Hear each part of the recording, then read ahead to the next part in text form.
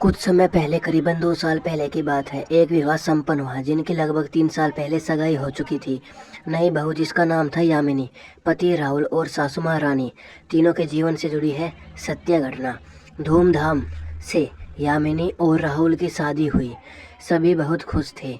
यामिनी भी बहुत खुश थी क्योंकि उसने शादी से पहले 3 साल में राहुल के परिवार को अच्छे से जान लिया था। वह सभी राहुल के पिता, माता और भाई सभी यामिनी को बहुत प्यार करते थे और उसका ख्याल रखते थे। परिवार में राहुल की माता पिता और उसका छोटा भाई ही थे। राहुल यामिनी का पति, जो कि एक प्राइवेट नौकरी करता था। यामिनी की शादी के कुछ महीनों तक तो सबका रवैया ठीक ठाक रहा। यामिनी की सास उसका बहुत ख्याल रखती थी और लोगों के सामने हमेशा यह जताती थी कि वह उसके माँ की कमी पूरी कर रही है, परंतु क्या वास्तव में दिल से यामिनी को अपनी बेटी मानती थी?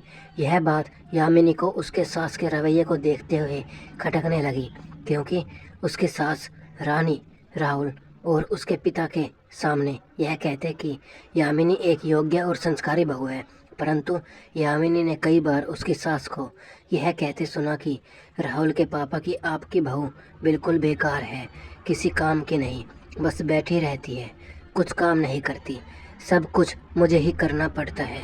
परंतु वास्तविकता इसके बिल्कुल विपरीत थी।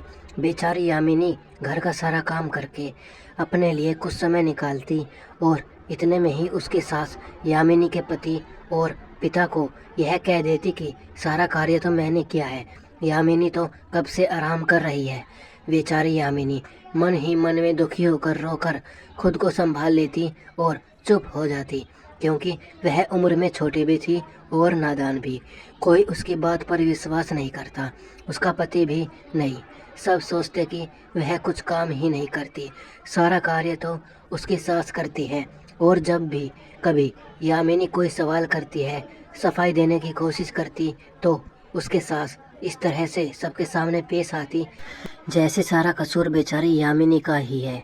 और यामिनी का पति उसे खूब डांटता था कि तुम मुझे मेरे माता पिता के खिलाफ भड़का रही हो, हमसे दूर करना चाह रही हो। अब बेचारे राहुल को क्या पता कि उसके नौकरी पर जाने के बाद सारा घर का काम यामिनी ही करती है और आने पर उसकी माँ यह जता देती है कि वह यामिनी का ख्याल रखती और सारा कार्य वही करती है। और उनका यह वाला वाक्य कि बेचारी यामिनी बच्ची है, उससे नहीं हो पाएगा, राहुल को पूर्णतः अपनी माँ की ओर खींच लेता। राहुल अपनी पत्नी की बातों पर कभी विश्वास नहीं करता था। इन सभी बातों के चलते यामिनी बहुत परेशान रहने लगी। उसने उसके पति को भी विश्वास दिलाना चाहा, पर सास की चालाकियों के आगे वह कुछ न कर सकी। एक बार तो इन सब बातों के चलते यामिनी के पति ने उस पर हाथ तक उठा दिया और कहा, तुमसे घर का काम तो होता नहीं, ऊपर से मेरी माँ पर आरोप लगाती हो कि वह झूठ बोलती है। यामिनी यह अपमान सहन न कर सकी। जो पति उसे इतना प्यार करता था, इतना सम्मान देता था, आज वह भी उसके की गई सच्ची बातों पर विश्वास नहीं कर रहा था। यामिनी यह सोचने लगी कि क्या सच्चे लोगों को हमेशा हारना ही पड़ता है। उसको कोई रास्ता नज़र नहीं आ रहा था। वह बहुत अच्छे घर से आई थी और घर में माँ पापा की लाडली थी। उसने अपने घर पर कभी कुछ कार्य नहीं किया, यहाँ आकर इतना करने पर भी कोई उसकी बात न मानता। हद तो तब हो गई जब उसकी सास द्वारा उसके खाने पीने पर बात होने लगी कि लड़कियों को बासी खाना खाना चाहिए, पति के पहले नहीं खाना चाहिए। यहाँ तक कि यामिनी, तू तो अच्छी चीज़ों जैसे मिठाइयाँ मावा को तो अकेले ही खा जाती है, किसी और की तो तुझे कोई परवाह नहीं। बेचारी यामिनी थक चुकी थी इन सब तानों और अत्याचारों से। सबसे ज़्यादा तो उसे यह बात को कचोटती थी कि उसका पति उस पर विश्वास नहीं करता, और उसने यह बात उसकी माँ को बताई। उसकी माँ को बहुत दुख हुआ और उसकी माँ ने यह कहकर उसे तसल्ली दी कि बेटा, एक दिन सब ठीक हो जाएगा। और उस दिन का यामिनी आज भी इंतज़ार कर रही है।